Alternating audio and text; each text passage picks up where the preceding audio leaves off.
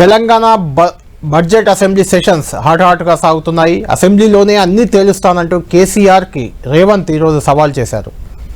తను చేసిన మార్చురీ కామెంట్లపై కూడా సీఎం క్లారిటీ ఇచ్చారు. అయితే కృష్ణా జలాల విషయంలో కేసీఆర్ సర్కార్ తప్పు చేసిందని, కేసీఆర్ వల్లే కృష్ణా జలాల్లో తెలంగాణ నష్టపోయిందంటూ కూడా రేవంత్ ధ్వజమెత్తారు. దీనిపై ఎలాంటి చర్చకైనా సిద్ధం, దమ్ముంటే సభకు రావాలంటూ మరొకసారి కేసీఆర్కు సవాల్ చేశారు. అంతేకాదు సోషల్ మీడియాపై కూడా రేవంత్ చాలా తీవ్ర స్థాయిలో ధ్వజమెత్తారు, కన్నెర్ర చేశారు. ఇక అప్పులకు సంబంధించి ప్రతి ఏటా ఇప్పటికే అంటే కాంగ్రెస్ ప్రభుత్వం అధికారంలోకి వచ్చిన తర్వాత క్లారిటీ ఇచ్చారు. 1,58,000 కోట్ల రూపాయల అప్పును తమ ప్రభుత్వం చేసిందని సీఎం రేవంత్ రెడ్డి అంగీకరించారు. అయితే ఆ అప్పులో 1,50,000కు పైగా అప్పులు గత ప్రభుత్వం చేసిన అప్పును వడ్డీ కట్టేందుకే సరిపోయిందని ఆయన తేల్చి చెప్పారు. ఆ లెక్కన ప్రతి ఏటా 1,50,000 కోట్ల అప్పు ఖచ్చితంగా ఉంటుందని రేవంత్ రెడ్డి చెప్పకనే చెప్పినట్లయింది. ఏదేమైనా ఈరోజు తెలంగాణ అసెంబ్లీ వేదికగా రేవంత్ రెడ్డి చెలరేగిపోయారు. రేవంత్ రెడ్డి మార్చురీ వ్యాఖ్యలు అంటే కేసీఆర్ను ఉద్దేశించి స్ట్రెచ్చర్ నుంచి మార్చురీకి వెళ్తారంటూ కేసీఆర్ను ఉద్దేశించి రేవంత్ రెడ్డి వ్యాఖ్యలు చేశారంటూ అటు శాసన మండలిలో ఇటు శాసనసభలో కూడా బీఆర్ఎస్ ఎమ్మెల్యేలు ఎమ్మెల్సీలు రేవంత్ రెడ్డి ప్రసంగాన్ని బహిష్కరించారు, బయటకు వాకౌట్ చేసి వెళ్ళిపోయారు. దాంతో బీఆర్ఎస్ ఎమ్మెల్యే లేకపోవడంతో అటు అసెంబ్లీలో ఇటు శాసన మండలిలో కూడా రేవంత్ రెడ్డి చెలరేగిపోయారు. కేసీఆర్కి, కేటీఆర్కి, హరీష్కి, బీఆర్ఎస్ నేతలందరికీ ఆ లెక్కన చెప్పుకుంటే సవాళ్ళ మీద సవాళ్లు విసిరారు. అయితే ఈ సవాళ్లను బీఆర్ఎస్ స్వీకరించేందుకు సిద్ధంగా ఉందా? రేవంత్ చేసిన సవాళ్లను ఏ రకంగా బీఆర్ఎస్ డీల్ చేయబోతుంది? ఇదే అంశంపై చర్చిద్దాం. మనతో పాటు జాయిన్ అవుతున్నారు కాంగ్రెస్ పార్టీ నుంచి ప్రభుత్వ విప్ రామచంద్ర నాయక్ మనకు లైవ్లో అందుబాటులో ఉన్నారు. అదేవిధంగా స్టూడియోలో ప్రముఖ జర్నలిస్ట్, అదేవిధంగా జనం సాక్షి ఛానల్ కూడా ఉంది, యూట్యూబ్ ఛానల్గా దాన్ని మనం చూడాలి. కాబట్టి యూట్యూబ్ పై చేసిన వ్యాఖ్యలను కూడా మనం రెహమాన్ గారితో మాట్లాడదాం. రేవంత్ చేసిన వ్యాఖ్యలు కాసేపట్లో జనవుతారు.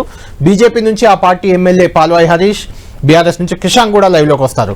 ముందు రామచంద్ర నాయక్ మీరు చెప్పాలి, ఈరోజు అసెంబ్లీ వేదికగా రేవంత్ రెడ్డి చాలా సీరియస్గా రియాక్ట్ అయ్యారు, చాలా అంశాలపైన క్లారిటీ ఇచ్చారు.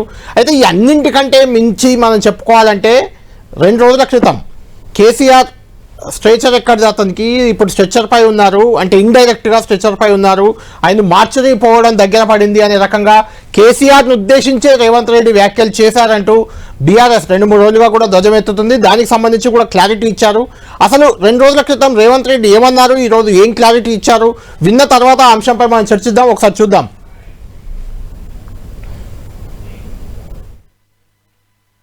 నాకేదో పెద్ద స్ట్రేచర్ ఉందని కొంతమంది మా స్ట్రేచర్ పెద్దదని ఇంతకుముందే మా ఎమ్మెల్యేలు చెప్పేసిన స్ట్రేచర్ ఉన్నాయని స్ట్రెచర్ మీద కొండి స్ట్రెచర్ మీద నుంచి మార్చరికి పోతాడు రేపు పొద్దుగాల. స్ట్రేచర్ అనేది పొజిషన్కి ఉంటుంది, ఇండివిజువల్కి ఉండదు. ఇండివిజువల్ పర్సన్స్కో ఇండివిజువల్ కాస్ట్కో స్ట్రేచర్ ఉండదు. ఎమ్మెల్యేకి స్ట్రేచర్ ఉంటుంది, ప్రభుత్వ ఉద్యోగికి స్ట్రేచర్ ఉంటుంది, ఎమ్మెల్యేకి స్ట్రేచర్ ఉంటుంది, ఎంపీకి స్ట్రేచర్ ఉంటుంది, ఎమ్మెల్సీకి స్ట్రేచర్ ఉంటుంది, మంత్రికి స్ట్రేచర్ ఉంటుంది, ముఖ్యమంత్రికి ఉంటుంది, గవర్నర్కి ఉంటుంది, ప్రధానమంత్రికి ఉంటుంది, రాష్ట్రపతికి ఉంటుంది. ఆ కుర్చీకి స్ట్రేచర్ ఉంటుంది. మీరు మాకు స్ట్రేచర్ ఉందని అనుకుంటే ఆ స్ట్రేచర్ ఉందని విర్రవీగితే స్ట్రెచర్ మీదకి పంపించారు. ఇట్లే చేస్తే ఆ తర్వాత మార్చరికి పోతారు. అది కూడా గుర్తుపెట్టుకోవాలి. మాటకు ముందు స్ట్రేచర్, మాటకు వెనకాల స్ట్రేచర్ అంటారు అధ్యక్ష. మీ స్ట్రేచర్ పట్ల ఉన్న మీ ఆలోచన, మీ పట్టింపు ఈ స్టేట్ ఫ్యూచర్ పట్ల లేదా అధ్యక్ష? నేను అడుగుతున్నా, ఈ స్టేట్ ఫ్యూచర్ వద్దా? ఈ స్టేట్ ఫ్యూచర్ వద్దా? మీ స్ట్రేచర్ గురించే మీ తాపత్రయమా? ఒకనాడు మీరు అధికారంలో ఉన్నారు, మీ పార్టీకి అధికార పార్టీకి స్ట్రేచర్ ఉండే. 2023 డిసెంబర్ 3 తారీఖు నాడు అధికారం నుంచి ప్రధాన ప్రతిపక్ష పార్టీ స్ట్రేచర్ ఇచ్చారు. ప్రతిపక్ష పార్టీ స్ట్రేచర్ అది మీ పార్టీకి. 2024 మే జూన్లో పార్లమెంట్ జరిగింది, గుండు సున్నా ఇచ్చిండ్రు, మీ పార్టీని మార్చరికి పంపించారు. నేనేం తప్పు మాట్లాడిన అధ్యక్ష? ఏమన్నా నేను? ఆనాడు మీరు అధికారంలో ఉన్నారు, స్ట్రేచర్ ఉండే, తర్వాత ప్రతిపక్షం స్ట్రేచర్ అయిపోయింది, ఆ తర్వాత గుండు సున్నా వచ్చి 8 డిపాజిట్లు పోయినాక మార్చరీలకు పోయిందని అన్న అధ్యక్ష. నేనేమన్నా అధ్యక్ష? అందులో తప్పేముంది అధ్యక్ష? బీఆర్ఎస్ ఈరోజు మార్చరీలో ఉందని నేను చెప్పిన అధ్యక్ష. దాన్ని ఒక వ్యక్తిని అన్నట్టుగానో, పెద్ద ఆయన్ని చంద్రశేఖరరావు గారు నేను అన్నట్టుగా హరీష్ రావు గారు, కేటీఆర్ గారు చిత్రీకరిస్తున్నారు అధ్యక్ష. అంత కుత్సిత స్వభావం నాకు లేదు అధ్యక్ష. రైట్, రామచంద్ర నాయక్ గారు విన్నారు 2 రోజుల క్రితం రేవంత్ రెడ్డి చేసిన వ్యాఖ్యలు, ఈరోజు మాట్లాడింది. మీరేమనుకుంటున్నారు? అది పార్టీని ఉద్దేశించి చేసిన వ్యాఖ్యగానే మీకు కనిపిస్తుందా, లేకుంటే గతంలో కేసీఆర్ నని దాన్ని దిద్దుకొని ఇప్పుడు ఏమైనా పార్టీని అన్నట్లు చెప్తున్నారా? మీకేమనిపిస్తుంది? అది అందరికీ నమస్కారం. వాస్తవంగా ఆ రోజు రేవంత్ రెడ్డి గారు చిట్ చాట్ లో విలేకరులతో మాట్లాడిన సందర్భంగా అక్కడ నేను వేము నరేంద్ర రెడ్డి గారు కూడా ప్రత్యక్ష సాక్షులం. వాస్తవంగా వారు టిఆర్ఎస్ అంటే నాయకులు కేటీఆర్ గారు పదే పదే ముఖ్యమంత్రి గారి స్టేచర్ అదేవిధంగా అనుభవం లేదు అనే వాటి మీద ప్రస్తావించినట్టుగా అక్కడ మీడియా మిత్రులు ప్రస్తావించగానే దానిపైన పార్టీ గురించి పార్టీని దృష్టిలో పెట్టి చెప్పిందే ముఖ్యమంత్రి గారు. టిఆర్ఎస్ పార్టీ 23 ఎన్నికల్లో ఆ తర్వాత పార్లమెంట్ ఎన్నికల్లో వారి ఫలితాలు చూస్తే ఆ ఫలితాలు స్ట్రెచర్ మీద నుంచి స్ట్రెచర్ మీద నుంచి రేపు భవిష్యత్తులో వారి పార్టీ మనుగడ మార్చుకుపోతుందనే చెప్పారు తప్ప వ్యక్తిగతంగా కేసీఆర్ గారి ప్రస్తావన గాని వారి పేరు గాని ప్రస్తావించలేదు. అది వాస్తవం. దాన్నే ఈ రోజు ముఖ్యమంత్రి గారు మళ్ళీ అసెంబ్లీ సాక్షిగా ప్రజలకు అదేవిధంగా ఆ టిఆర్ఎస్ వారి నాయకులకు మళ్ళీ ఒకసారి వివరంగా తెలియజేయడం జరిగింది. వాస్తవంగా కూడా కేసీఆర్ గారిని ఉద్దేశించి మాట్లాడిన మాటలు కావు. అది కేవలం పార్టీ టిఆర్ఎస్ పార్టీ పరిస్థితిని స్థితిగతులను ప్రస్తావించండి మాత్రమే వాస్తవం. అదేవిధంగా వారు కూడా పదే పదే ముఖ్యమంత్రి గారికి అనుభవం లేదు, ముఖ్యమంత్రి గారికి స్టేచర్ లేదని మాట్లాడడం కూడా వారి రాజకీయ అవివేకానికి నిదర్శనం. అది ఇప్పుడు వారు అనకపోయి ఉంటే వారి పార్టీనే కావచ్చు, లేకపోతే వారు అనుకున్నట్టు మాజీ ముఖ్యమంత్రి గారినే కావచ్చు. అనాల్సిన అవసరం రేవంత్ రెడ్డి గారికి ఏముంటదండి? ఒక స్థాయి వచ్చిన తర్వాత ఆ పొజిషన్ లో ముఖ్యమంత్రి గారి కుర్చీలో ఎవరు కూర్చున్నా వారికి ఆ పదవిని మనం గౌరవించాల్సిన బాధ్యత అది ప్రతి ఒక్కరికి ఉంటది. ఎవరికైనా ముఖ్యమంత్రి, రాష్ట్ర ముఖ్యమంత్రి అంటే ఓన్లీ కాంగ్రెస్ కార్యకర్తలకనో కాంగ్రెస్ నాయకులకనే కాదు కదా, ప్రతిపక్షాలకు కూడా వారు ముఖ్యమంత్రే. అలాంటి ముఖ్యమంత్రిని పట్టుకొని నోటుకు వచ్చినట్టు మాట్లాడినప్పుడు వారికి లేని విఘ్నత మళ్ళీ దాన్ని వక్రీకరించే దాంట్లో మాత్రం వాళ్ళు చాలా అడ్వాన్స్ గా సోషల్ మీడియాని వాడుకుంటున్నారు. అది వాళ్ళ మూర్ఖత్వానికి నిదర్శనం తప్ప మరొకటి కాదు. రామచంద్ర గారు సోషల్ మీడియాలో చాలా కీలకంగా ఉంటారు. బీఆర్ఎస్ సోషల్ మీడియాలో ఈ రోజు అంతా అసెంబ్లీ అంతా సోషల్ మీడియా చుట్టే తిరిగింది. అందుకే కిషన్ గారిని కూడా మనం ఇన్వైట్ చేశాం. కిషన్ గారు విన్నారు కదా మీరు, అంటే కేసీఆర్ని అనలేదు నేను మార్చురీ నుంచి, లేకుంటే స్ట్రెచర్ పైకి వెళ్ళి మార్చురీకి, లేకుంటే స్ట్రెచర్ గురించి పదే పదే రేవంత్ రెడ్డికి అనుభవం లేదు, స్ట్రెచర్ లేదు, ఇట్లా మీరంటే అది పార్టీని ఉద్దేశించిందని అసెంబ్లీ సాక్షిగా బయట ఎక్కడో కాదు క్లారిటీ ఇచ్చారు రేవంత్ రెడ్డి. మీరు చూసే ఉంటారు ఇంతకుముందు, అంటే మొన్న మాట్లాడింది ఇప్పటిది కూడా మేము వేసాం. ఎందుకు ఆయన అనని మాటలను కూడా ఆయనకు ఆపాదిస్తూ సోషల్ మీడియాలో మీరు ప్రచారం చేస్తూ మీ ఎమ్మెల్యేలు ఈరోజు అసెంబ్లీని బహిష్కరించారు, రేవంత్ స్పీచ్ని అసెంబ్లీలో ఇదే అంశాన్ని అడ్డం పెట్టి. శాసన మండలిలో కూడా రేవంత్ రెడ్డి స్పీచ్ని బహిష్కరించారు మీ ఎమ్మెల్సీలు, ఇదే అంశం కేసీఆర్ని అనుచితంగా మాట్లాడారని. అసలు నేను కేసీఆర్ని అనలేదు అని అసెంబ్లీ సాక్షిగా చెప్పారు రేవంత్ రెడ్డి గారు. ఒకటి ఈ రోజు సరే వారు అనలేదు అని వెనక్కి తీసుకుంటున్నారు, నేను అనలేదు అని స్పష్టత ఇస్తున్నారు అంటే మంచిదే. ఎందుకంటే ఇది మొదటిసారి కాదు. ఇవాళ ఎందుకు అందరు కూడా కేసీఆర్ గారిని ఇట్లా అంటున్నారు అనేసి ఎందుకు అంటున్నారు అంటే, వాకింగ్ స్టిక్ నువ్వు ఇప్పుడు కర్ర పట్టుకొని నడుస్తున్నావు ఇదొకటి కానివ్వండి, పేగులు మెడలు వేసుకొని తిరుగుతా అని కానివ్వండి, రకరకాల బూతులు. అసలు వాస్తవానికి ఆ బూతులు నాకు వీడియో చూపెడదామని ఉండే, మొత్తం లిస్ట్ ఆఫ్ వీడియోస్ అన్ని కూడా ఒక్కొక్క నెలలో ఏమేమి తిట్లు బహిరంగ సభల్లో చిన్నపిల్లల ముందు వీడియోని మేము చేసినాం. కానీ వీడియోలో మాటలు ఎవరు చేసిర్రు? ఓకే, వీడియోలో మాట్లాడింది ఎవరు? స్కూల్ పిల్లల సభలలో కూడా మాట్లాడింది ఎవరు? మేము అనేది ఏంటంటే ఆడలేనోని వాళ్ళ ఏడుపెందుకు మరి? ఈ ఆటను మొదలుపెట్టింది ఎవరు? సునీల్ కనుగోలు అని ఒక కిరాయి వ్యక్తిని పెట్టుకొని 100 కోట్లు ఇచ్చి నువ్వు కేసీఆర్ గారి మీద అడ్వర్టైజ్మెంట్లు పెట్టినప్పుడు ఎవడో కర్ణాటకలో ఒక జూనియర్ ఆర్టిస్ట్ గారిని తీసుకొని వచ్చి కేసీఆర్ గారి లాగా తయారు చేసి ఛానల్స్లో, మెయిన్ స్ట్రీమ్ ఛానల్స్లో అడ్వర్టైజ్మెంట్లు ఇచ్చినప్పుడు నీకు ఆ రోజు తెలియదా మీడియా, సోషల్ మీడియా అని? చేసినామా మేము అట్లా? సోనియా గాంధీ గారినో రాహుల్ గాంధీ గారినో చేసినామా? రాజీవ్ గాంధీ గారిని బీజేపీ ముఖ్యమంత్రి హిమంతా బిశ్వా శర్మ అనే వ్యక్తి అవమానపరిస్తే స్వర్గీయ రాజీవ్ గాంధీ గారిని రేవంత్ రెడ్డి గారి కంటే ముందు రియాక్ట్ అయింది కేసీఆర్ గారు. ఇది కరెక్ట్ కాదు, ఒక బీజేపీ ముఖ్యమంత్రి ఇట్లా మాట్లాడడం కరెక్ట్ కాదు. అటు సోనియా గాంధీ గారినైనా, రాహుల్ గాంధీ గారినైనా, రాజీవ్ గాంధీ గారినైనా కించపరచొద్దు అనేసి మాట్లాడింది కేసీఆర్ గారు. ఇది మొదటిసారి కాదు కదా. ఆఖరికి కేటీఆర్ గారి అబ్బాయిని కూడా బాడీ షేమ్ చేసిన వ్యక్తి వీరు. ఇవాళ సడన్ గా నీతులు చెప్పబట్టే సోషల్ మీడియా గురించి. అండ్ ఇంకొకటి, పోనీ ఇవాళనన్నా సుధరాయించుకుర్రా, నేను ఈ మాట అనలేదు కేసీఆర్ గారిని అంటే మహిళా జర్నలిస్టులను పట్టుకొని నువ్వు మాట్లాడుతున్న క్రమంలో, ఎందుకంటే ఈ చర్చ ఎందుకు వచ్చింది, మా బీఆర్ఎస్ ఎమ్మెల్యేలు 2 మహిళా జర్నలిస్టులను వీళ్ళు అరెస్ట్ చేసిర్రు, వాళ్ళని క్వశ్చన్ చేసినాం, విడుదల చేయాలి అని డిమాండ్ చేస్తే ఏమని మాట్లాడారు, ఎవరు వీళ్ళు జర్నలిస్టులు, ఎవరు లెక్క తెలిసారు అన్నారు, ఎవరు గొట్టం పెట్టుకుంటే వాళ్ళ ఇవన్నీ చెప్తూ బట్టలు కూడా తీసుకొడతాం, అది ఉంది, అది దాని గురించి ఎవరిని బట్టలు కూడా తీసుకొడతావు, నాకు ఒక క్లారిటీ కావాలి. కిషన్ గారు, అది ఉంది, సోషల్ మీడియాపై ప్రత్యేకించి మాట్లాడదాం. రెహమాన్ గారు కూడా ఉన్నారు. అంటే కేసీఆర్ అనని మాటలను ఆపాదించడం గురించి ఇప్పుడు మాట్లాడుతున్నాం. ఎందుకు ఆపాదించుకుంటున్నారు మీకు మీరే?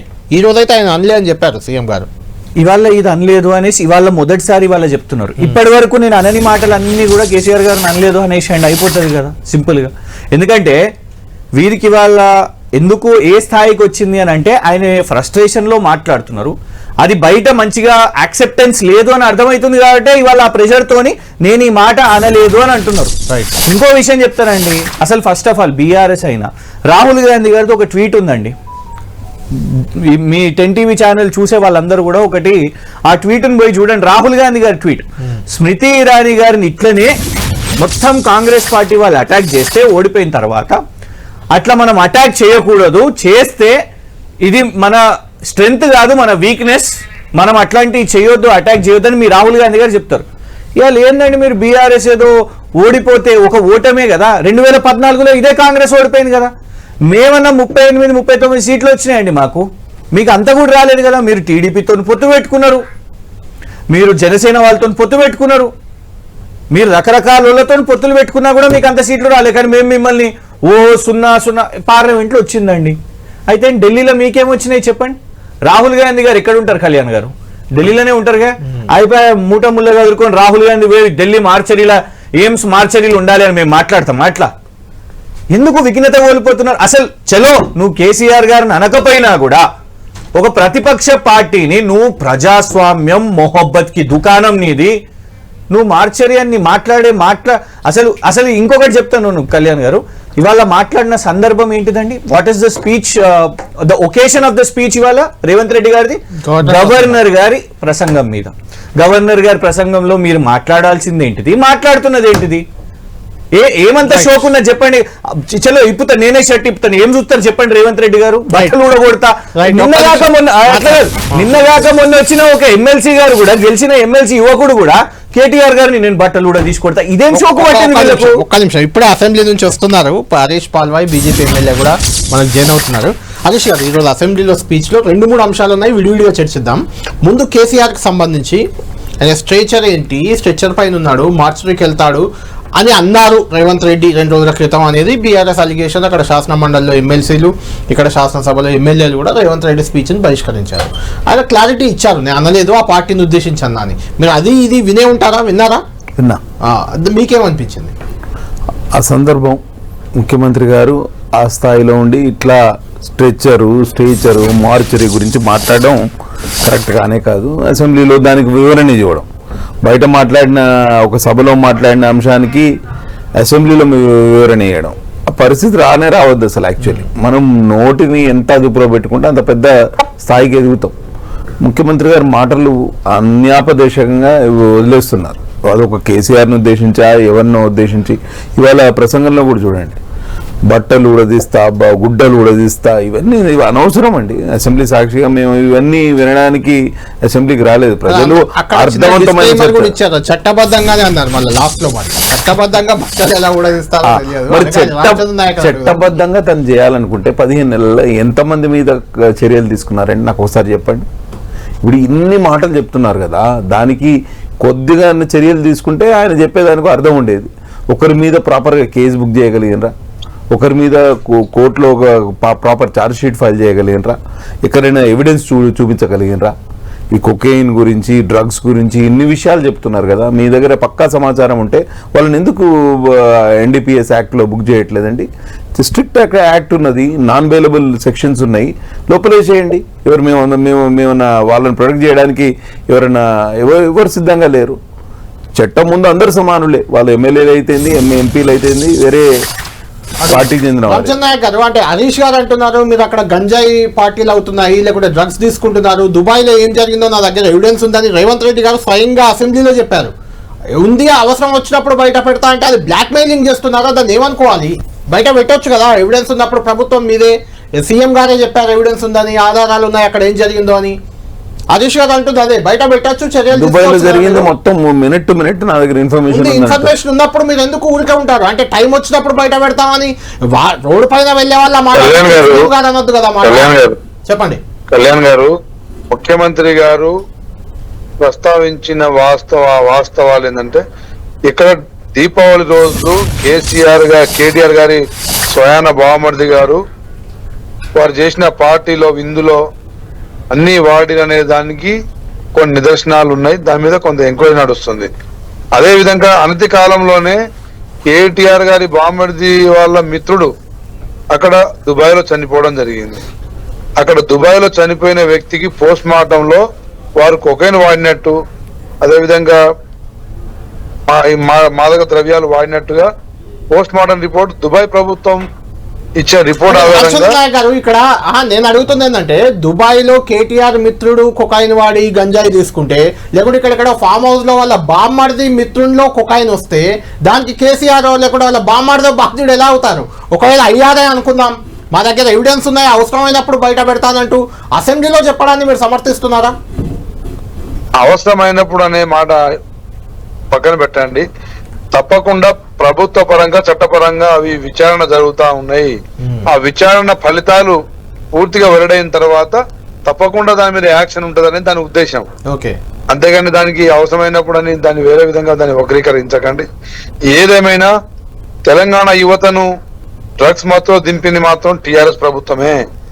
విచ్చలవిడిగా పబ్బులకు పర్మిషన్లు ఇచ్చి ఆ పబ్బులలో మీరు ఎక్కడికైనా జూబ్లీస్ లో ఎలాంటి వీకెండ్స్ లో ఫ్రైడే, సాటర్డే, సండే పార్కింగ్ కూడా ప్లేస్ లేకుండా పబ్బుల దగ్గర మొత్తం యువత అంతా మరి మత్తులో తూలుగుతున్న పరిస్థితి మనం తెలంగాణ రాష్ట్రంలో చూస్తున్నాం.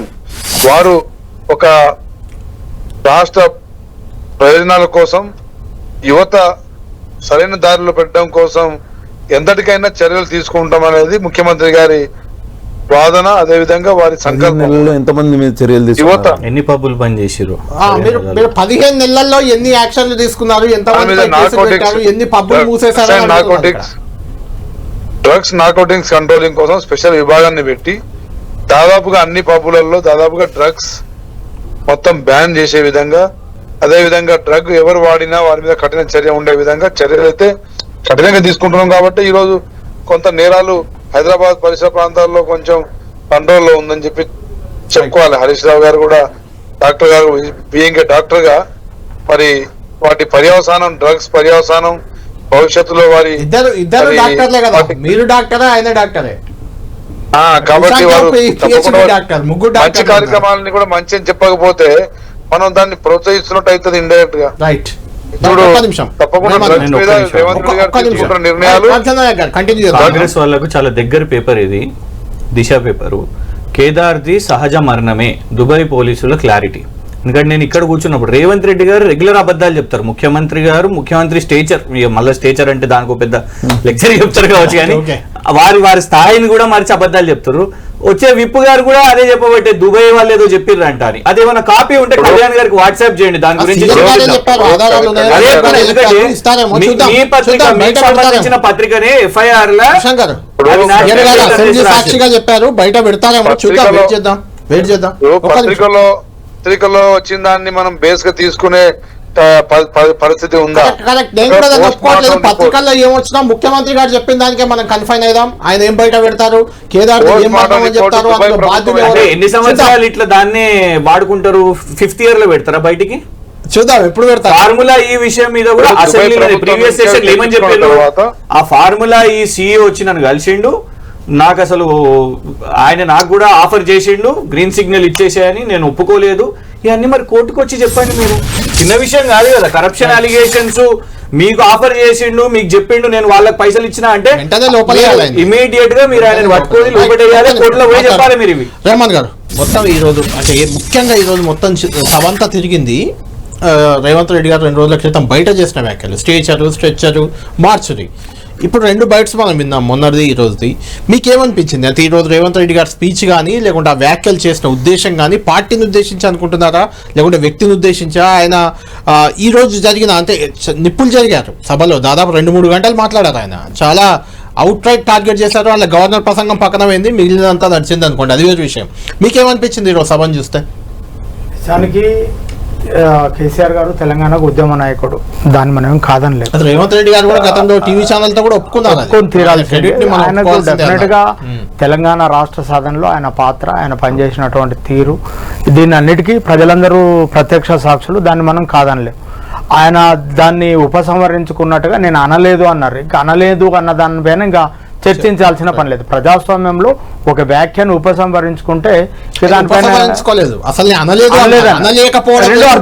రెండింటికి అర్థం ఒకటి. నేను అనలేదు అన్న తర్వాత అనలేదు అంటే కుదరదు కదా, చర్చ లేదు. ఇంకా తను లేదన్న తర్వాత చర్చ లేదు. డెఫినెట్ గా ప్రజాస్వామ్యంలో విషయాలపైన, అంశాలపైన మాత్రమే చర్చలు సాగాలి. దురదృష్టవశాత్ ఈ మధ్యకాలంలో అన్పార్లమెంటరీ లాంగ్వేజ్ అంటే పాలక ప్రతిపక్షాలు 2 వైపుల నుంచి వస్తున్నాయి. ఇది ప్రజాస్వామ్యానికి మంచిది కాదు. చట్టసభల్లో గతంలో చాలా అర్థవంతమైనటువంటి చర్చలు జరిగేటివి. గతంలో మనం దానం నాగేందర్ లాంగ్వేజ్ కూడా చూసాం. అంటే చాలా కౌశిక్ రెడ్డి ఇద్దరు అసెంబ్లీలో మాట్లాడుకున్నటువంటి తీరు బాలేదు. కాబట్టి ప్రజాస్వామ్యంలో అపరిష్కృత సమస్యలకు పరిష్కారం కనుక్కోవాల్సినటువంటి చట్టసభలు నిజానికి వాడుతున్నటువంటి భాష, పార్లమెంట్ అంటే అసెంబ్లీలో వాడవలసినటువంటి భాష పైన చాలా మంది సభ్యులకి అవగాహన లేకుండా పోతుంది. ఏది పడితే అది మాట్లాడుతున్నారు, ఎట్లా పడితే అట్లా మాట్లాడుతున్నారు.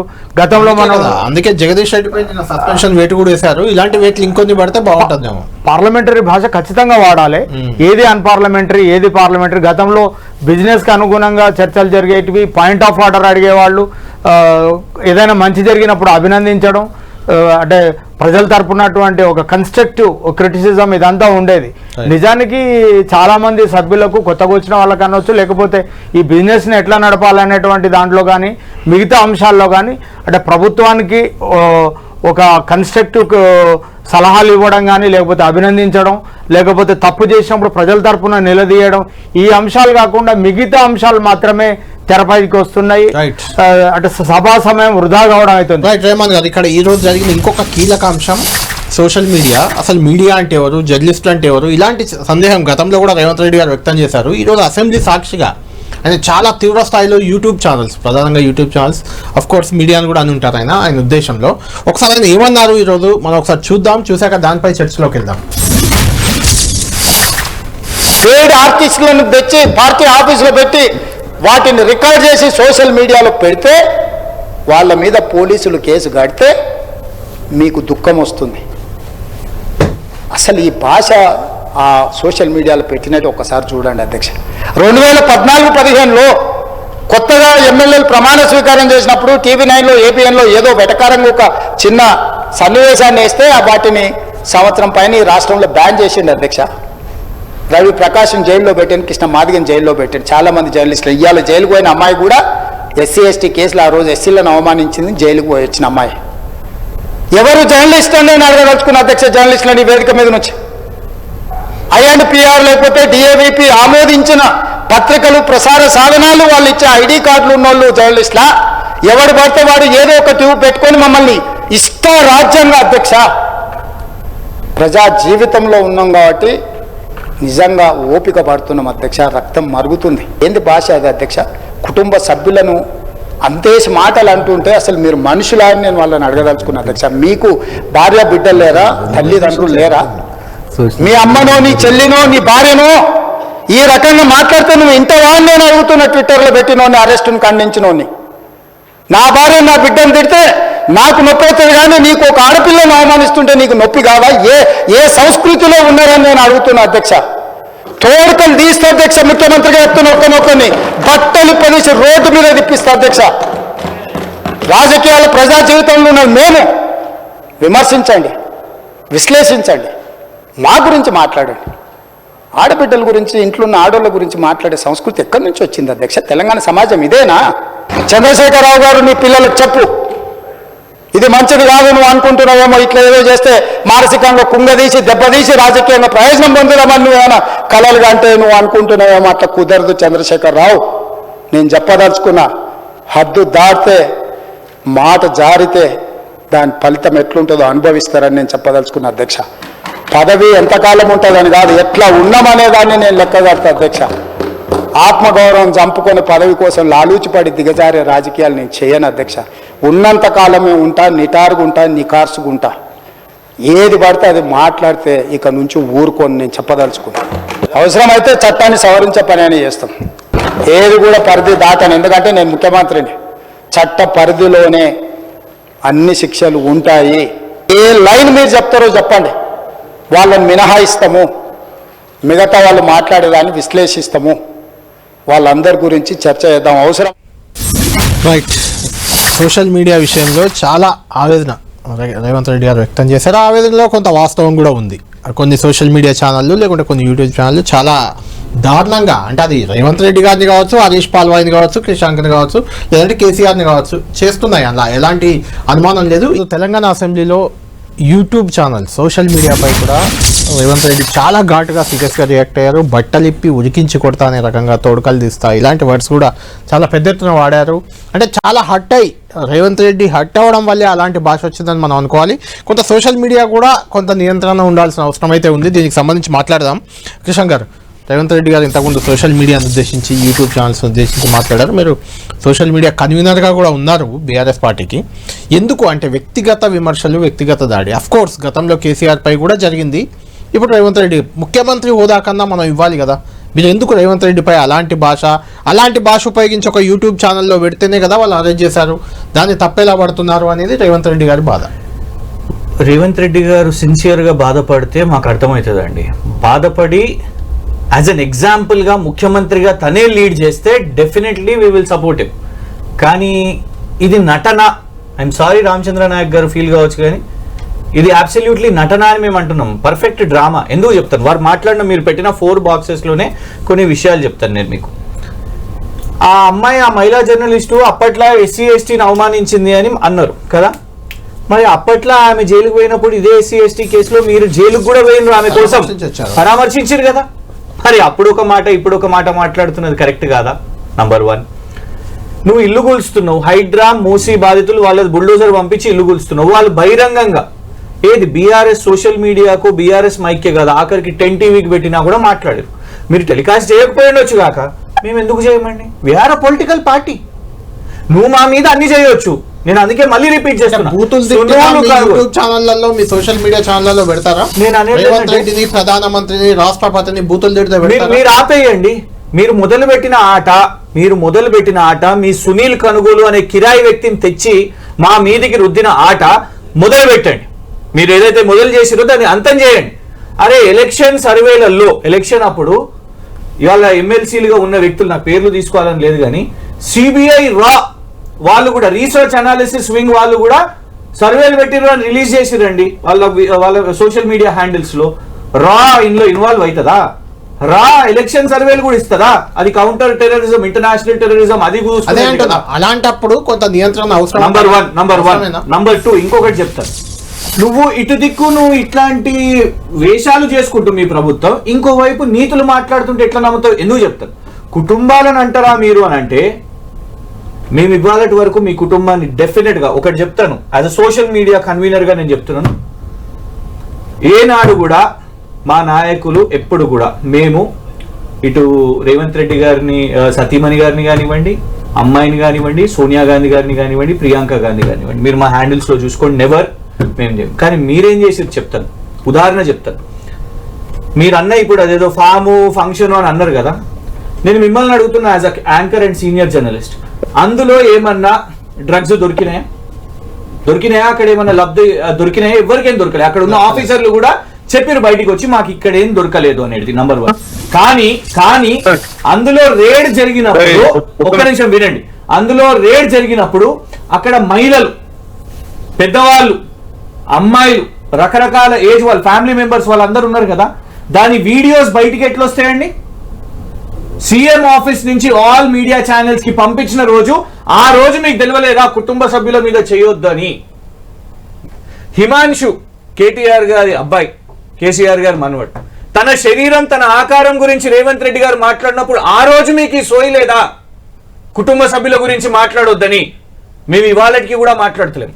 మానుకోండి రేవంత్ రెడ్డి గారు, మొదలు మీ నుంచి అయింది, అంతం కూడా మీరే చేయండి. రైట్ హరీష్ గారు, ఈరోజు సోషల్ మీడియాపై రేవంత్ రెడ్డి ఆవేదనలో మీకు కూడా అనుభవం వచ్చి ఉంటుంది, మీ అపోజిషన్ లీడర్లో లేకుంటే అక్కడ ఉన్న యాక్టివిస్ట్లో ఎవరో మీ పైన కూడా పెట్టుంటారు.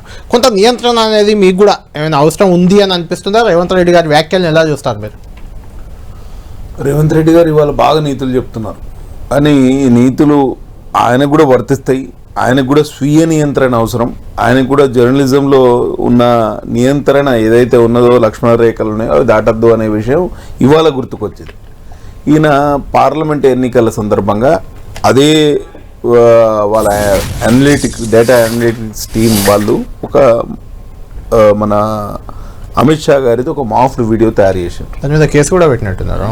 ఎంత దారుణం అంటే ఆయన మాట్లాడింది ఒకటి, దాన్ని అసందర్భంగా తీసుకొచ్చి అవి రెండు మిక్స్ చేసి ఎలక్షన్లో ఆ వీడియోని బాగా వైరల్ చేసి సర్క్యులేట్ చేసి దాని ద్వారా లబ్ధి కూడా పొందారు. దానివల్ల మా పార్టీకి డ్యామేజ్ కూడా జరిగింది, కాంగ్రెస్కు కొంత లాభం కూడా జరిగింది. మరి ఇవన్నీ ముఖ్యమంత్రి గారు మర్చిపోతే ఎట్లా? ఇప్పుడు నేనేమంటా అంటే ముఖ్యమంత్రి గారు ఇవన్నీ తన దాకా వస్తే కానీ తెలియదని అంటారు. ఇప్పుడు ముఖ్యమంత్రి దాకా వచ్చింది కాబట్టి ఇప్పుడు తన అవాకులు చవాకులు వేలుతున్నారు. కానీ ఇంతకన్నా ముందు జరిగింది ఒకసారి ఆయన గుర్తు చేసుకోవాలి. ఇవన్నిటికీ సూత్రధారి రేవంత్ రెడ్డి గారు, అంతకుముందున్న కాంగ్రెస్ వార్ రూమ్ మెంబర్స్, వాళ్ళందరి మీద చర్యలు కూడా తీసుకోవాలి. సరే, దీని మీద అర్థవంతమైన చర్చ జరగాలి, డిబేట్ జరగాలి అనే దాని మీద మేము కూడా ఉన్నాం. రాజకీయాల్లో కాబట్టి మీకు గుర్తుంటే ఉత్తమ్ కుమార్ రెడ్డి గారు కంప్లైంట్ ఇచ్చిండ్రండి, నా మీదనే వార్ రూమ్ పెట్టి పేరు పెట్టి కూడా చెప్పారు. డైరెక్ట్ గా రేవంత్ రెడ్డి గారే ఇది పెట్టించి మరి నా మీద అటాక్ చేపిస్తున్నారు అనేది జగ్గారెడ్డి కూడా అన్నారు. అడుగుదాం రామచంద్ర నాయక్ గారు. రామచంద్ర నాయక్ గారు, ఈరోజు రేవంత్ రెడ్డి గారు ఆవేదనలో ఖచ్చితంగా అర్థం ఉంది. సోషల్ మీడియా కొంత తప్పుతుంది, లక్ష్మణ రేఖ దాటుతుంది అని ఎలాంటి సందేహం లేదు అక్కడక్కడ. అయితే రేవంత్ రెడ్డి గారు చేసినప్పుడు తప్పు లేదు, ఇప్పుడు ఆయనకు వచ్చింది బాధ అనేదాన్ని ఎలా చెప్తారు? ఎందుకంటే 2-3 ఎగ్జాంపుల్స్ ఇక్కడ చెప్పారు. అమిత్ షా మీద మార్ఫింగ్ చేస్తే రేవంత్ రెడ్డి గారి మీద కేసు అయింది. అది ఇక్కడ క్రిషాంక్ చెప్తున్న ప్రకారం గతంలో ఉత్తమ్ కుమార్ రెడ్డి, జగ్గారెడ్డి, వి హనుమంతరావు కూడా ఈవెన్ సోషల్ మీడియాలో నన్ను తిట్టిస్తున్నారని రేవంత్ రెడ్డి గారి మీద, సునీల్ కన్గోల్ మీద తీవ్రమైన ఆరోపణలు చేశారు కదా. అంటే అప్పుడు మీరు చేస్తే కరెక్ట్, ఇప్పుడు చేస్తే తప్ప? కళ్యాణ్ గారు, ఆ రోజైనా ఈ రోజైనా సోషల్ మీడియా ఇన్ఛార్జీలు కావచ్చు, సోషల్ మీడియా ఆపరేట్ చేసే టీం కావచ్చు, ఎవరైనా కానీ వారు హద్దులలో ఉన్న వాస్తవాలని వాళ్ళ ఏం చేసింది మన కంపారిజన్ లో పబ్లిక్ కి వాస్తవాలు చేరవేసే దాంట్లో మంచిగా ఉంటే అది ఎవరు తప్పట్టే పరిస్థితి ఉండదు. ఆ రోజైనా ఈ రోజైనా రేవంత్ రెడ్డి గారు ప్రత్యక్షంగా సోషల్ మీడియాను మానిటరింగ్ చేసే పరిస్థితి ఉండదు. ఇటు కేటీఆర్ గారిలో కూడా అవకాశం ఉండదు. ఏదేమైనా సోషల్ మీడియా టీం ఎవరైతే ఆపరేట్ చేస్తుంటారో వారు దాన్ని హద్దుల లిమిట్ దాటకుండా చూడాల్సిన బాధ్యత ఉంది. రేవంత్ రెడ్డి గారు సోషల్ మీడియాలో హిమాంశు గారిని ఇక్కడ కామెంట్ చేసింది లేదు. ఒక్కసారి మాత్రం భద్రాచలం రాములోరి కళ్యాణానికి తలంబ్రాలు తీసుకెళ్లడానికి వారికి ఉన్న అర్హత ఏంటిదని మాత్రం ప్రశ్నించిన అది ఖచ్చితంగా అడగాల్సిందే, అందులో తప్పేం లేదు. బాడీ షేమింగ్ గురించి మాట్లాడింది, బాడీ షేమింగ్ గురించి. సరే, రెండవది అలాంటి సంఘటనలు ఏదైనా మోడీ మన అమిత్ షా గారి విషయాలు కావచ్చు, ఏదైనా పార్టీ ప్రయోజనాల కోసం వాస్తవాల్ని ప్రచారం చేసే దాంట్లో ముందుండండి. అది ప్రజలు స్వాగతిస్తారు. వాస్తవాలు చెప్తే ఎవరైనా హర్షిస్తారు. కానీ వాస్తవాలు దాటి ఎవరు చేయొద్దనేది అంటే రామచంద్ర నాయక్ గారు ఇప్పుడు ఈ రోజు సీరియస్ గా రియాక్ట్ అయ్యారు సీఎం గారు. అంటే ఏం చేయబోతున్నారు? సోషల్ మీడియా పై ఎలాంటి నియంత్రణ తేబోతుంది ప్రభుత్వం? మీరు ప్రభుత్వం విప్పు కూడా ఎలాంటి ఆలోచన? కళ్యాణ్ గారు ఒకటేందంటే చట్టసభలలో కూడా అసెంబ్లీలో మాట్లాడుతున్న మాటల్ని కూడా వక్రీకరించి సీతక్క గారి మీద అసభ్యకరంగా, అదేవిధంగా నాకు కూడా ఒకసారి నేను మాట్లాడిన భాష దాన్ని మళ్ళీ తిప్పి అట్లా సోషల్ మీడియాలో చట్టసభలో ఉన్న అంటే ఒక గౌరవాన్ని కూడా సోషల్ మీడియా ద్వారా డ్యామేజ్ చేయాలని సోషల్ మీడియా అనుకుంటే ఎవరు స్వాగతించరు, దాన్ని ఎవరు హర్షించరు. ఏదేమైనా క్రిషాంక్ గారు మాట్లాడే పరిస్థితి అంటే నేను ఒక డాక్టర్ గా వారి మాట్లాడే విధానం నేను అబ్జర్వ్ చేస్తున్నా. ఒకటేంటంటే వారు ప్రత్యక్షంగా ఏదో రేవంత్ రెడ్డి గారి మీద గర్జు పెట్టుకుని మాట్లాడుతున్నారు. జైలుకే మిత్రమా ఒకటే ఒకసారి వినండి. నేనేమంటున్నా అంటే, నేను సైకాలజీ తెలిసిన డాక్టర్ గా చెప్తున్నా, మీరు సోషల్ మీడియా ఆపరేట్ చేయడంలో మీరు ఒకటి ఆలోచించండి. గతంలో కేసీఆర్ గారి ఉద్యమ సమయంలో 2001 నుంచి ఆవిర్భావ దినోత్సవం నుంచి నేను కేసీఆర్ గారితో ఎవరెవరు ప్రయాణం చేసారో నాకు అంతా తెలుసు. కొంత మేము వాస్తవాన్ని మీడియా ఛానల్ పేపర్ న్యూస్ బాగా ఫాలో అవుతుంటాం. చాలా మంది ఎవరైతే ఎక్స్ట్రీమ్ గా చేసారో అది కేసీఆర్ గారు దానికి స్వాగతించరు.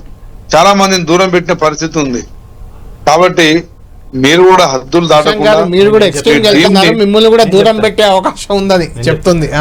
ఒకటి ఎవరు ఇప్పుడు ప్రజల్లో మనం కష్టపడ్డ రోజులు ఎవరు మనల్ని దూరం పెట్టాల్సిన అవసరం లేదు. కానీ కేసీఆర్ గారి రాజకీయ నీతి ఏందో, కేసీఆర్ గారి వారి ప్రస్థానం ఏందో, ఎంతమంది మరి వారి వల్ల మరి పార్టీలో మంచి అంటే ఉద్యమ పార్టీలో, రాజకీయ పార్టీ వేరు, ఉద్యమ పార్టీ వేరు. ఉద్యమ పార్టీలో 14 సంవత్సరాలు కష్టపడి ఎక్స్ట్రీమ్ గా వారి కోసం నిలబడ్డ వారు చాలా మంది డిప్రెషన్ లో పోయిన పరిస్థితి నేను చూసిన. కాబట్టి ఎక్స్ట్రీమ్ గా ఎవరు సూచన చేస్తున్నారు రామచంద్ర నాయక్ గారు, ఎక్స్ట్రీమ్ గా వెళ్ళకండి కిషన్ గారు అని చెప్తున్నారు. కళ్యాణ్ గారు మేము మాట్లాడేది కూడా పబ్లిక్ ఇష్యూస్. ఇప్పుడు వారు లేటెస్ట్ గా పెట్టిన జైలు కూడా ఒక రైతు మాట్లాడింది. యూత్ లాఠీ చార్జ్ అయితే అశోక్ నగర్ లో ఆవేశం వచ్చింది, వాళ్ళు మాట్లాడిందే. ఎవరు మీడియాలో మాట్లాడినా కూడా వాళ్ళ అంశాలను వాళ్ళు ఆఖరికి ఎక్కడో ఎందుకు కళ్యాణ్ గారు ఒక చిన్న ఎక్కడో ఎందుకు కళ్యాణ్ గారు కొడంగల్ నియోజకవర్గంలోనే గిరిజన మహిళలు మా మీద వచ్చి అసభ్యకరంగా ప్రవర్తించారు అంటే డూ యూ మీన్ అది కూడా మేము బీఆర్ఎస్ సోషల్ మీడియా వాళ్ళు డబ్బులు ఇచ్చి చేసిన అని మీరు సొంత నియోజకవర్గాల వాళ్ళనే మీరు అంటారా, అవమానిస్తారా? వాళ్ళని కూడా అనుమానిస్తున్నారా?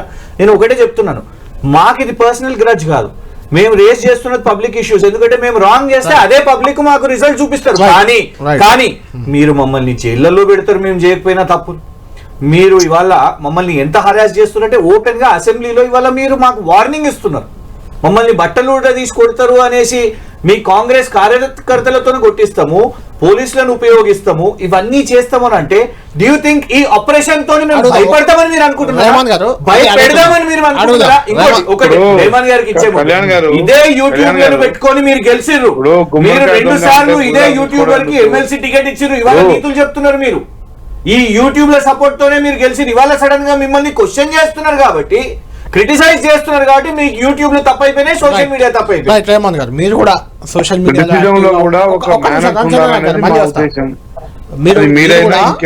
సోషల్ మీడియాలో యాక్టివ్ గా ఉంటారు, ఒక జర్నలిస్ట్ సుదీర్ఘ కాలం నుంచి మీరు ఉన్నారు. నిజంగా ఇప్పుడు రేవంత్ రెడ్డి గారు మాట్లాడింది మనం విన్నాం, ఆయన ఆవేదనలో మీకు అర్థం కనిపిస్తుందా? కొంత సోషల్ మీడియాని యూట్యూబ్లని కంట్రోల్లో పెట్టాల్సిన అవసరం ఉందంటారా మీరు? డెఫినెట్ గా అండి. ఇప్పుడు నిజానికి సోషల్ మీడియా అంటే ఈ మొత్తం భారతదేశం ఎదుర్కొంటున్నటువంటి ప్రధాన సమస్యల్లో ఒక ఫేక్ న్యూస్. అంటే ఫేక్ న్యూస్ న్యూస్ ఒక ఎత్తు అయితే మార్ఫింగ్ ఫేక్ న్యూస్ ఒక ఎత్తు, ఇంటెన్షనల్లీ వ్యక్తుల మీద లేకుంటే వ్యవస్థల మీద బురద జల్లే ప్రయత్నం ఇంటెన్షనల్లీ కావాలని చేయడాన్ని ఏం చూడాలి, ఎలా చూడాలి? అంటే డెఫినెట్ గా ఇప్పుడు చాలా సందర్భాల్లో కేసీఆర్ గారి ముక్కు కోస్తాం, నేల కేసు కొడతాం, బండ కేసు కొడతాం, ఇట్లాంటివి కూడా గతంలో చాలా జరిగినాయి. అప్పుడు కేసీఆర్ గారే దీన్ని యూట్యూబ్లో అన్నింటినీ సోషల్ మీడియాని మర్చిపోయి కింద పెడతా అని చెప్పాను. చాలా సీరియస్ గా ఆయన ముఖ్యమంత్రి స్థాయిలో 2 ఛానళ్లను కూడా గతంలో బ్యాన్ చేశారు. అవన్నీ పక్కన పెడితే వాస్తవం ఏంది, విషయం ఏంది, వీటి ఆధారంగా మాత్రమే జరగాలి. మనం దుబాక ఉప ఎన్నికలప్పుడు కాంగ్రెస్ క్యాండిడేట్ పోయి కేసీఆర్ గారిని కలిసినారు, ఒక ప్రధాన మీడియా ఛానల్ వచ్చినట్టుగా పెట్టినట్టుగా జరిగింది. దాంతో యాంటీ ఇన్కంబెన్సీ ఓటు చీలకుండా బీఆర్ఎస్ కు నష్టం జరిగి December 31st రోజు నేను డ్రంక్ అండ్ డ్రైవింగ్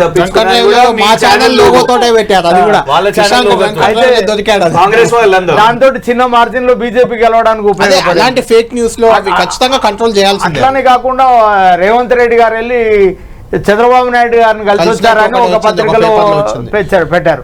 అంటే ఏదేమైనా ఒక నియంత్రణ అయితే అవసరం, చట్టాన్ని మార్చాల్సిన అవసరం కూడా ఉంది కొంచెం. అంటే ఇది చట్ట పరిధిలోకి సోషల్ మీడియా లేదు, స్వీయ నియంత్రణలోనైనా కనీసం ఉండాలి. డెఫినెట్ గా పొలిటికల్ పార్టీలు తమ ప్రచారం కోసం సోషల్ మీడియా ముఖ్యమంత్రి గారికి ఎందుకు ఉండాలి? మీరేమో ఆ దుబాయ్ ఇష్యూలనేమో వేచి చూద్దాం ఎప్పుడు తీస్తారు అని, నిజంగా ఫేక్ న్యూస్ మిగతా వాళ్ళు చేస్తున్నారు అంటే వాళ్ళు ఇమీడియట్ గా జైలుపోతారు. రేవంత్ రెడ్డి గారికి ఎందుకు ఇమ్యూనిటీ ఉండాలి చెప్పండి. సరే, ఒక ఇష్యూ, మేజర్ ఇష్యూ ఈరోజు వచ్చింది చర్చకి. అది అప్పులు ఒకటి, రెండోది కృష్ణా జలాల్లో బీఆర్ఎస్ అన్యాయం చేసింది అప్పటి ప్రభుత్వం అనేది.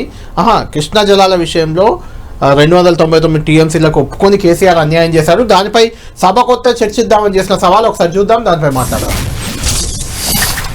చంద్రశేఖరరావు గారు డిసెంబర్ 7, 2023 నాడు అధికారాన్ని బదలాయించిన రోజు 8,19,151 కోటి. ఇది నికరమైన లెక్క. ఇది నేను ఆస్తులు క్రియేట్ చేసిన ఆయన అంటుంటాడు. ఆస్తులతో పాటు ఆ కాంట్రాక్టర్లకు ఇవ్వాల్సిన పేమెంట్లు, కరెంటు బిల్లులు, మిగతా పెండింగ్ పెట్టినవి కూడా అప్పే కదా. బ్యాంకులలో షూరిటీతో తెచ్చిన అప్పు కాదు, ప్రభుత్వం కట్టాల్సిన పెండింగ్ పెట్టి పారిపోయిన అప్పు అధ్యక్ష. ఇది 1/12/2023 నుంచి 28/2/2025 మన ఫిబ్రవరి 28 తారీఖు వరకు లెక్క. ఇది నేను చెప్పేది. 1,58,041 కోటి అప్పు తెచ్చినాం అధ్యక్ష. పెద్దలు చంద్రశేఖరరావు గారిని రమ్మని ఉండే అధ్యక్ష, తమరైన వ్యక్తిగతంగా మాట్లాడండి. వారు ఏ రోజు వస్తారో వారు ఈ సభలో ఉన్నప్పుడే కృష్ణానది జలాల మీద చర్చ పెడతాము. ఈ చర్చలో ఒకవేళ మా తప్పేదైనా ఉందని నిరూపిస్తే సభ సాక్షిగా చంద్రశేఖరరావు గారికి, బీఆర్ఎస్ నాయకులకు నేను క్షమాపణ చెప్తా అధ్యక్ష. ఇది నా సవాల్ అధ్యక్ష చంద్రశేఖరరావు గారికి. సవినయంగా నేను చంద్రశేఖరరావు గారికి సవాలు విసురుతున్న. కృష్ణా పరివాహక ప్రాంతంలో కృష్ణానది జలాలలో ఈరోజు తెలంగాణకు శాశ్వతంగా అన్యాయం జరిగింది చంద్రశేఖరరావు గారి హయాంలో, లెక్కలతో సహా నిరూపించడానికి నేను, మా మంత్రి ఉత్తమ్ కుమార్ రెడ్డి గారు సిద్ధంగా ఉన్నాం అధ్యక్ష. రైట్ కృష్ణ గారు, ఇలా 2 అంశాలు మీరు సమాధానం చెప్పాలి. ఒకటి, కృష్ణా జలాల్లో అన్యాయం చేసినట్టు కేసీఆర్, సభకు రావాలి, చర్చిస్తా, ఓ చర్చలో మాదేమన్నా తప్పని తేలితే క్షమాపణ చెప్తా సభకని మీకు మంచి ఆఫర్ ఇచ్చారు రేవంత్ రెడ్డి గారు కేసీఆర్ గారికి. అంటే సభకు రావట్లేదు, అది వేరే విషయం. రెండో పాయింట్, 1,58,000 కోట్ల అప్పులు కాంగ్రెస్ ప్రభుత్వం అధికారంలోకి వచ్చాక చేశాము అని క్లియర్గా రేవంత్ రెడ్డి గారు చెప్పారు. ఆ చేసిన దాంట్లో ఒక ట్విస్ట్ ఏంటంటే 1,50,000 కోట్లు పైన గత అప్పులు, వాటికి సంబంధించిన రుణాలు, వడ్డీలు దానికే చెల్లించామని చెప్పేశారు. అంటే నికరంగా ఆయన చేసిన అప్పు 3,000 కోట్లు, 4,000 కోట్లు చెప్పింది. మీరు ఒక మంచి పని ఏంటి ఇట్లానే? నేను అడుగుతుంది ఏంటంటే, ఇలానే ప్రతి ఏటా 1,50,000 కోట్లు అప్పులు చేస్తూ పోతే రాష్ట్ర పరిస్థితి ఏంటి? మనము ఫస్ట్ టాపిక్ మాట్లాడుకున్నాం చూడండి, ఫేక్ న్యూస్ అని. ఇది దాని కంటిన్యూషన్. ఎట్లా 299 టీఎంసీ అనేది కూర్చొని కేసీఆర్ గారు అండ్ అప్పటి చంద్రబాబు నాయుడు గారు నిర్ణయించుకున్నారు అనుకుంటారా? ఒకవేళ ఆ సమయం నిర్ణయించుకుంటుంటే రేవంత్ రెడ్డి గారు అయినా, లేకపోతే రేవంత్ రెడ్డి గారు చంద్రబాబు నాయుడు గారు పార్టీలోనే ఉన్నారు కదా, సపోర్ట్ చేసిర్రు అన్నట్ట. లేదు అప్పుడు కాంగ్రెస్ వాళ్ళు అపోజ్ ఎందుకు చేయలేదు, ధర్నాలు ఎందుకు చేయలేదు? అసలు వాస్తవం ఏంటంటే, ఉమ్మడి ఆంధ్రప్రదేశ్లోనే కాంగ్రెస్ ప్రభుత్వం ఉన్నప్పుడు బ్రిజేష్ కుమార్ వాటర్ ట్రిబ్యునల్ కదా ఇచ్చింది 299 టీఎంసీ అనేది. నంబర్ 1, కేసీఆర్ గారు అగ్రీ చేసిన డాక్యుమెంట్ లోనే చాలా స్పష్టంగా ఏముంది అని అంటే, అప్పటి దాన్ని, ఎందుకంటే మనం దాని తర్వాత ప్రాజెక్టులు కట్టుకోలేదు కాబట్టి, ఓన్లీ ఫర్ దిస్ 1 ఇయర్ మీరు చూపెట్టే లెటర్ లోనే ఓన్లీ ఫర్ దిస్ 1 ఇయర్ మాత్రమే అని ఉంది. అది మేము డిసైడ్ చేసింది కాదు. కానీ ఇక్కడ చేసే నరేటివ్ అబద్ధం ఏంటంటే, కేసీఆర్ గారు నిర్ణయించింది, నో కాంగ్రెస్ కదా. ఎందుకు జగదీశ్వర్ రెడ్డి గారు సరిపోరా? వారు కాదా సీనియర్ ఎమ్మెల్యే కాదా? హరీష్ రావు గారు మాజీ ఇరిగేషన్ మంత్రి కదా, వారు సరిపోరా? వారికి సమాధానం చెప్పండి. భయపడి సస్పెండ్ చేస్తారు కదా మీరు. ఫస్ట్ వీళ్ళని డీల్ చేయండి. కేసీఆర్ రారా? నేను అనేది ఏంటంటే, కేసీఆర్ ఇంకొక కామెంట్ కూడా చేశారు. కేసీఆర్ కి ఎలాంటి అగౌరవం లేకుండా నేను చూసుకుంటాను, మా సభ్యులకు చెప్తాను, ఆయన గౌరవానికి భంగం కలిగించాను. మీ మీద నమ్మకం లేదు. కేసీఆర్ గారికి వదిలేయండి. నన్ను ఒక కార్యకర్తగా మీరు అడిగితే నాకు రేవంత్ రెడ్డి గారి మీద 0.1% కూడా నమ్మకం లేదు. డెఫినెట్ గా కేటీఆర్ గారు కూడా ఓపెన్ గా చెప్పారు కదా, ఇది ఒక అబ్బాయిగా నేను చెప్తున్నాను, మా తండ్రిని అవమానపరిస్తే నాకు నచ్చదు. ఒక కార్యకర్తగా నేను చెప్తున్నాను, రేవంత్ రెడ్డి గారు డీసెంట్ గా ఉంటారు, డిగ్నిఫైడ్ గా ఉంటారు అనేది నాకైతే నమ్మకం లేదు. ఇంకొక అప్పుల గురించి మీరు చెప్పారు సార్, వీరు చెప్పేది రేవంత్ రెడ్డి గారు చెప్పే లెక్క. ఇది కూడా ఇంకో ఫేక్ న్యూస్. 6,500 కోట్లు ప్రతి నెల నేను మిత్తి కడుతున్నాను అంటారు. ఆ స్టాటిస్టికల్ సర్వే ఒకటి దాపెట్టి చూడండి, బట్టి గారు రిలీజ్ చేసింది. దాంట్లోనే చాలా స్పష్టంగా ఇప్పటి వరకు కట్టింది 22,000 కోట్లు, ప్రతి నెలకు యావరేజ్ గా 2,000 కోట్లు మాత్రమే. మరి మీరు 6,500 కోట్లు అంటే మిగతా 4,000 కోట్లు హర్యానా ఎలక్షన్ కి, మహారాష్ట్ర ఎలక్షన్ కి ఏఐసిసి పంపిస్తుందా? ఏడికి పోతున్నాయి చెప్పండి? లెక్కలు కరెక్ట్ గా ఉండాలి కదా. పోనీ మిగతాయి కూడా ఎక్కడ పోయినాయి, ఎక్కడ ఖర్చు పెట్టిర్రు? మీరు ఓపెన్ చేసిన జూ పార్క్ ఫ్లైఓవర్ మేము కట్టించిందే, గచ్చిబౌలి ఫ్లైఓవర్ మేము కట్టించిందే, మీరు పూర్తిగా రుణమాఫీ పూర్తి చేయలేదు, రైతు భరోసా చేయలేదు, ఏడికి పోయినాయి పైసలన్నీ చెప్పండి మరి. ఆ లెక్క ఈ 1,58,000 కోట్లు మేము చెప్తామండి. మా ఫిగర్ చాలా స్పష్టంగా రిజర్వ్ బ్యాంక్ ఆఫ్ ఇండియా చెప్పిన ఫిగరు మాయి 3 లక్షల కోట్లు. మీరు బోగస్ ఆ యూట్యూబ్ వాడు ఈడు మీ మల్లన్న వాళ్ళు చెప్పిన లెక్కలు కాదు. రిజర్వ్ బ్యాంక్ ఆఫ్ ఇండియా 3 లక్షల కోట్లు అని చెప్పింది. మేము చూపిస్తాం ఎక్కడెక్కడ ఏమేమి నిర్మాణాలు చేసినామో. వైకుంఠ ధామాలు కానివ్వండి, ఫ్లైఓవర్లు కానివ్వండి, ఆర్యూబీలు కానివ్వండి, వెజ్ నాన్ వెజ్ మార్కెట్లు కానివ్వండి, చెత్త డంపింగ్ యార్డ్లు కానివ్వండి, ప్రాజెక్టులు కానివ్వండి, మేము చూపిస్తాం. ఇప్పుడు మీ 1,58,000 కోట్లు ఏడికి పోయినాయి. తర్వాత విషయాలు మీ దగ్గరికి వస్తాను. రామచంద్రనాథ్ గారు, కృష్ణ గారు అడుగుతున్న దానికి మీరే చెప్పాలి సమాధానం. చెప్పిన తర్వాత కేంద్ర ప్రభుత్వ ప్రతినిధిగా ఇక్కడ మనకి ఎమ్మెల్యే హరీష్ గారు ఉన్నారు, వాళ్ళే బయట పెట్టాలి అప్పుల కథ ఏందో. మీరు చెప్పండి ముందు. ప్రభుత్వం ఏర్పడ్డ మొదట్లోనే ఆర్థిక మంత్రి గారు మన పట్టి విక్రమార్క గారు శ్వేతపత్రం రిలీజ్ చేసినప్పుడు FRBM కింద 4 లక్షల కోట్ల చిల్లర, అదే విధంగా నాన్ FRBM కింద రామచంద్రనాథ్ గారు వాళ్ళు చేసిన అప్పులకు సంబంధించి గత ఏడాదిన్నరగా మనం చర్చిస్తూనే ఉన్నాం, అది పక్కన పెడదాం. మీరు చేసిన 1,58,000 కోట్ల అప్పుల గురించి మాట్లాడదాం ఇప్పుడు. 1,58,000 కోట్లలో కేవలం గతంలో వారు చేసిన అప్పులకు అసలు వడ్డీ చెల్లించడానికే చేయాల్సి వచ్చింది. ఎందుకంటే బ్యాంక్ తాకట్టు పెట్టిన ప్రాపర్టీస్ రేపు మళ్ళీ ప్రభుత్వ ప్రజా ఆస్తులు కాపాడబడాలంటే బ్యాంకులకు సరైన సమయంలో మనం చెల్లించాల్సిన ఆవశ్యకత ఉంది. కాబట్టి ప్రభుత్వ పరంగా ఆ ఆస్తుల్ని పోగొట్టుకోకుండా ఉండడం కోసం, విలువైన ఆస్తుల్ని కాపాడడం కోసం మళ్ళీ అప్పు చేయాల్సి వస్తుందని ముఖ్యమంత్రి గారు అసెంబ్లీ సాక్షిగా మాట్లాడిన తర్వాత దాన్ని వక్రీకరించి మళ్ళీ అటు తిప్పి మాట్లాడాల్సిన అవసరం లేదు. అది ఏదైనా ఉంటే రేపు చర్చలు ఇంకా 10 రోజులు అసెంబ్లీ సెషన్స్ ఉన్నాయి. ఆ చర్చల్లో ఫైనల్ గా ఒక విషయం చెప్పండి. ఇట్లనే ప్రతి ఏడాది అంటే ఏడాదిలో మీరు 1,50,000 కోట్లు చేసినామని మీరే చెప్తున్నారు కాబట్టి ప్రతి ఏడాది మిగిలిన 3 ఏళ్ళు 4 ఏళ్ళు మీరు అధికారంలో ఉండే సమయం కూడా ఇట్లనే 1,50,000 కోట్లు, ఇంకా అది పెరగచ్చు కూడా, 2 లక్షల కోట్లు కూడా కావచ్చు. ఇట్లా అప్పులు చేసుకుంటూ పోతే 5 ఏళ్లలో అప్పులు 10 లక్షల కోట్లు అయ్యే అవకాశం ఉంది కొత్తగా.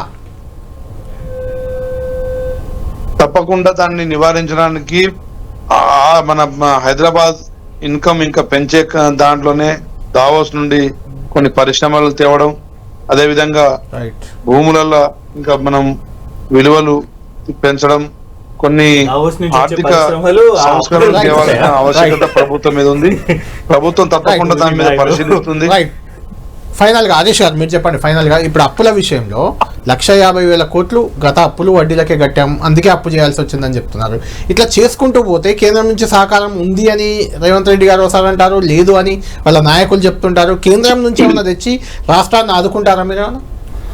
కేంద్రం ఒకవేళ కేంద్ర ప్రభుత్వం నరేంద్ర మోడీ ప్రభుత్వం గిట్ట సహకరించకపోతే ఈ రాష్ట్ర ప్రభుత్వం ఒక్కరోజు కూడా మనుగడ సాధించలేదు. RBI రుణాలు కానివ్వండి, ఈ బ్యాంకు రుణాలు కానివ్వండి, మొత్తంగా కేంద్ర ప్రభుత్వం సహకరిస్తే 1,50,000 కోట్లు ఏడాది ఈ లెక్కన ఇంకా అభివృద్ధికి నిధులు మరి ఇంకా 4 ఏళ్ళు ఈ లెక్కన చూస్తే 6-7 లక్షల కోట్లు. వాళ్ళు 10 సంవత్సరాల్లో చేసింది వీళ్ళు 5 సంవత్సరాల్లో చేస్తారు. కాబట్టి ఈ రాష్ట్రం ఆయన సగం దివాలా తీయించండి, పూర్తిగా దివాలా తీయిస్తున్నారు. కాబట్టి దీనికి సొల్యూషన్ డబుల్ ఇంజన్ సర్కారే అంటారా? కేవలం డబుల్ ఇంజన్ సర్కారే. బీజేపీ గవర్నమెంట్స్ ఉన్నాయి. 100 కోట్ల కేంద్రానికి ఉంది. నేను రాష్ట్ర ప్రజలకి మీ ఛానల్ ద్వారా చెప్పేది ఏంటంటే ఈ రాష్ట్రం అప్పుల ఊబులో కూరుకుపోయింది, దివాలా తీసింది. దీన్ని అందరూ యాక్సెప్ట్ చేయాలి. దివాలా తీసింది 180 లక్షల కోట్లు. ఈ దివాలా తీసిన రాష్ట్ర ప్రభుత్వం రాష్ట్రాన్ని ఆదుకోవాలంటే, అమెరికా అగ్రరాజ్యం హైయెస్ట్ గా ఉంది. రాష్ట్రాన్ని ఆదుకోవాలంటే కేవలం డబుల్ ఇంజన్ సర్కారే శరణ్యం. థ్యాంక్ యూ హరీష్ గారు, థ్యాంక్ యూ కృష్ణ గారు, థ్యాంక్ యూ రెహమాన్ గారు, థ్యాంక్ యూ రామచంద్ర నాయక్ గారు. మొత్తానికి ఈ అప్పుల లెక్కలు అనేవి బీఆర్ఎస్ మాత్రం నమ్మట్లేదు. ఇంత మేం చేసిన అప్పులకు ఇన్ని వడ్డీలు కట్టారనే అనుమానం కృష్ణ గారు వ్యక్తం చేస్తున్నారు. చూడాలి అప్పుల లెక్కలు ఎలా తేలుతాయి, రానున్న రోజుల్లో అసెంబ్లీ సమావేశాలు ఏ రకంగా సాగబోతున్నాయి. నిజంగా కృష్ణా జిల్లాల విషయంలో కేసీఆర్ తెలంగాణకు అన్యాయం చేశారా? ఈ అంశంపై ఆయన చర్చించేందుకు సభకు వస్తారా? ఒకవేళ తాము తప్పు చేసినట్లు తెలితే క్షమాపణ చెప్తామని కూడా రేవంత్ రెడ్డి అంటున్నారు. కాబట్టి రేవంత్ రెడ్డి గారితో క్షమాపణ చెప్పించేందుకైనా కేసీఆర్ సభకు వస్తారా మనం వేచి